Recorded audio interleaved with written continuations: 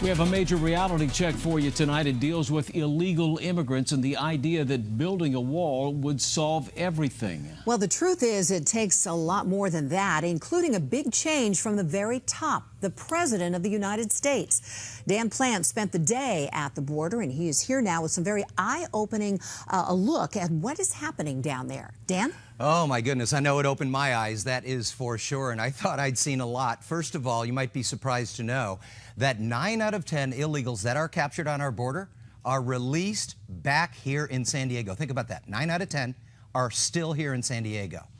All they have to do is say the magic words. So I spent the day with a man named Chris Harris. He is with the National Border Patrol Council. He gave me a tour of the border and a reality check of what's really happening down there. So something as simple as the whitewash on the fence, you can see it's typically brown. It's one of the most dangerous places in America, the border between Mexico and San Diego. Some say build a wall and we'll be safe. Truth is, there is no wall and there never has been. If you spend some time with the Border Patrol, you'll find a complex formula to keep the border safe. It takes more than a fence. It takes people, a resource that is in short supply. We're about 2,000 agents below the level that Congress set for the minimum level for the Border Patrol. So manpower is becoming an issue throughout the United States. That's not the only thing that needs fixing. Even if thousands of agents were hired and every illegal is captured, the policy from the top is letting them go as fast as they are caught. When we ask people why they're coming here, the answer is invariably the same. And it's not the president. They actually say Obama said it's okay to come. So there's a belief that they will remain, and the belief is true. As a result of this belief or policy, immigrants detained in the U.S. are quickly released. As long as they claim political asylum, they are processed and let go on this side of the border. In a way, we're just a welcoming crew. Welcoming crew? What type of welcoming crew would do this? No. Uno por uno. Ahí está bien. Hey, calma. Cálmase, uno por uno. Uno por uno. ¿Se puede levantar? No. Ok. Deja a las mujeres que te bajen primero. Ayúdame. Ok. And how can we solve this problem? Impact segment tonight, how to solve the illegal immigration mess. On the website donaldjtrump.com, the presidential contender has posted his immigration plan. It contains a number of very controversial things that have caused much debate. Donald Trump rejoins us now from his headquarters in New York City. Now, I have a very specific question. I need a specific answer. We all know you want the wall. We all know you want Mexico to pay for it. We all know that. But here's a scenario, okay? Illegal immigrant mother and father living in Los Angeles. 2 children who are American citizens born here. If you're president, do you order authorities to take that family into custody? We have no choice. I'm sorry, Bill. We have to bring them out, and if they're wonderful people, which I'm sure they will be, and we have so many wonderful people, we'll bring them back in an expedited fashion. But we are a land of laws. We have borders. You said it. They're illegal immigrants. They're not supposed to be here. Mexico won't take them. You know, Mexico is the toughest there is almost in the world in terms of getting people to come in. They can't come in. You can't become a citizen of Mexico. They laugh at us. They can't believe the stupidity of the United States. But we just have stay no choice, on this and family. we'll bring them back if. But what happens to that family? What happens to Mexico? How does it affect us? Well, the U.S., also known as American Dream. This is the hotspot for many immigrants that are traveling from Latin America to the U.S. They are looking for better opportunities, better jobs. They're leaving everything behind, their families, their homes, their nations. Mexico is one of the countries more affected by this problem. This is because Mexico is right in the border from Latin America and the US. Mexico is the route that many immigrants take to get to the US, not just Latin American people, but also African and Asian people. They're coming to Mexico and they're traveling from Mexico to the border of the US. And by some coyotes, which are the people who travel people from border to border, being illegal, they get there. But does this only affect Mexicans? No, it affects all Latin Americans. Many Central and South Americans moved to Mexico hoping to be able to pass to the US. South American immigrants grew to a total of 2.9 million in 2014, and these people have it tougher than Mexicans. They have it more difficult to be able to get to a place they once called home.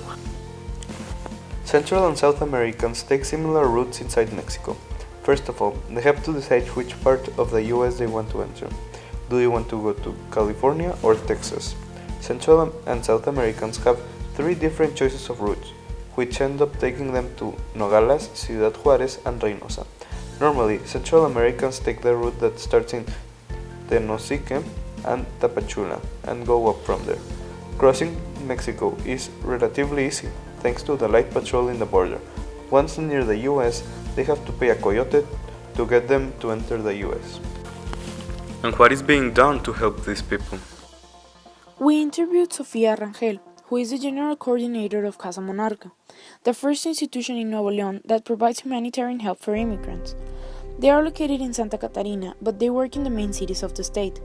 They have their basis on the Universal Declaration of Human Rights, promoting their dignity, social inclusion, and free and safe transit inside our country, avoiding discrimination and violence towards them, because they believe that immigrants are one of the most vulnerable groups in Mexico.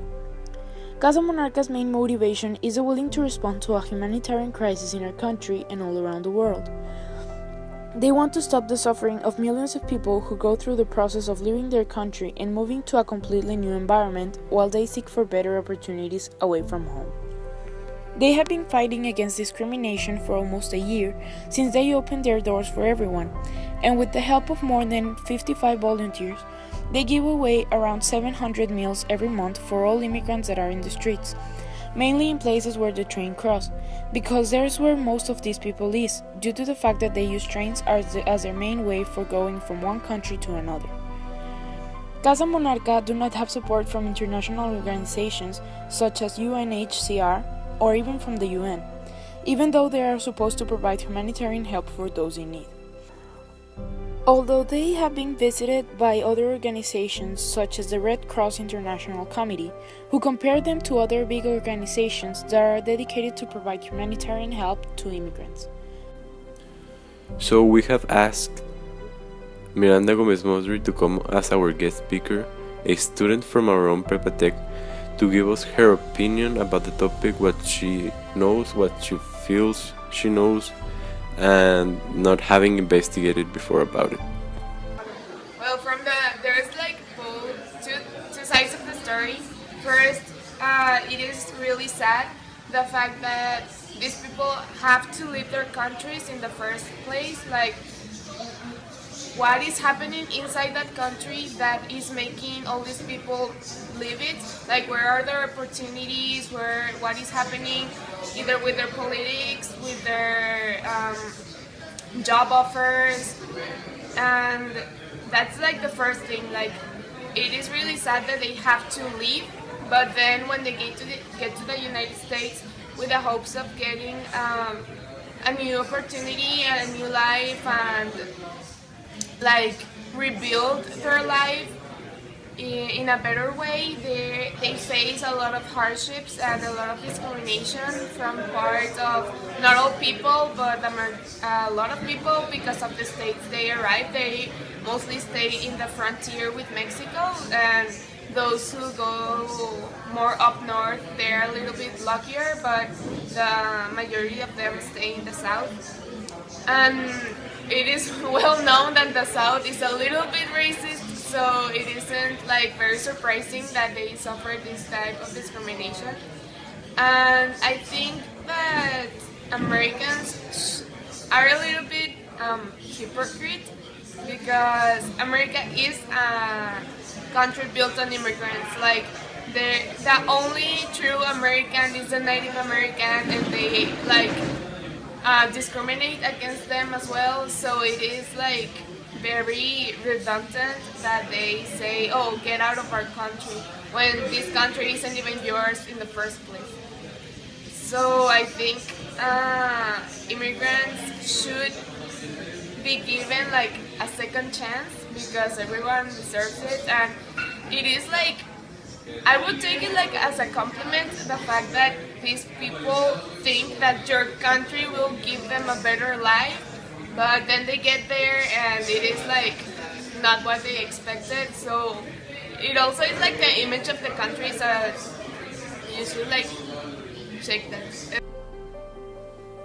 So in the end, we have found out that from 1980 to 2013, the Central American immigration population grew from 354,000 to 3.2 million. That population more than tripled in the 1980s and continued to grow more than 56% between 2000 and 2013. We're really worried for these people who have to face really difficult challenges and not falling into crime, which is something very sad.